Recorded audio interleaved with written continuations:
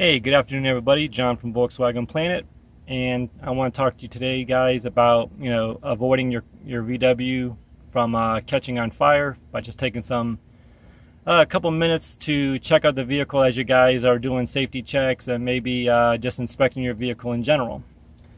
This is how I bought this 1970 convertible, and as you can tell, I hope to God they didn't fire this thing up, but who knows? But what this is this is the fuel pump, and this is the fuel line coming from the tank. Well, everybody should know that there should be a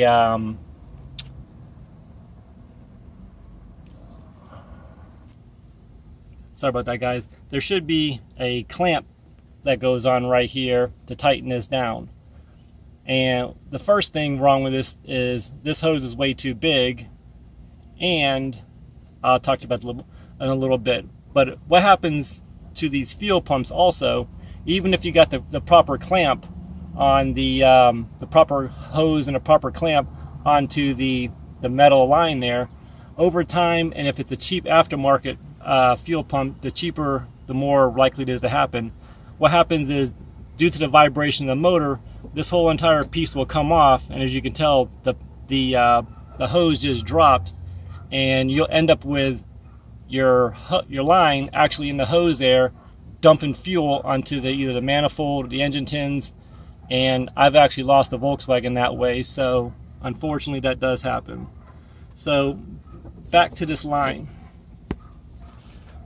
As you can tell, this line is not used for fuel, and that's another thing that you guys got to watch for. Even when you're buying a used vehicle, maybe someone just wanted to get the vehicle, a couple dollars, who cares? I couldn't find fuel line because fuel line's a lot more expensive, but they just wanted to get the car run a couple of times and put it in your hands, and they don't care no more.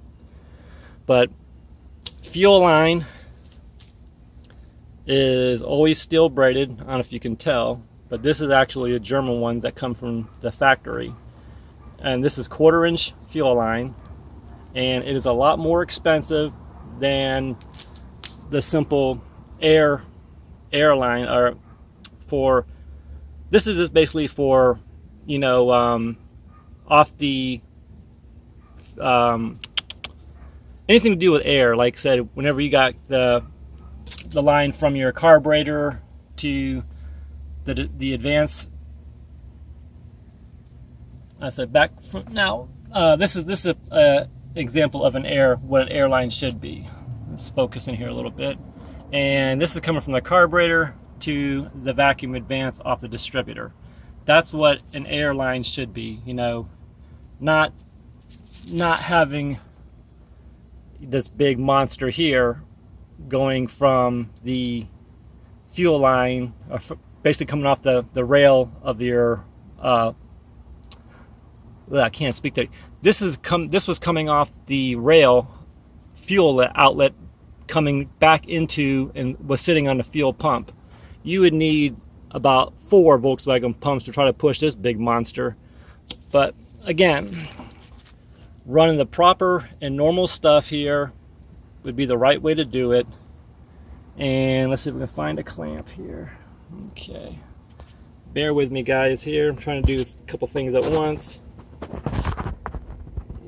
And so simply, we just take a regular clamp, we put it on the fuel inlet, and we make sure we've got a nice clamp down there.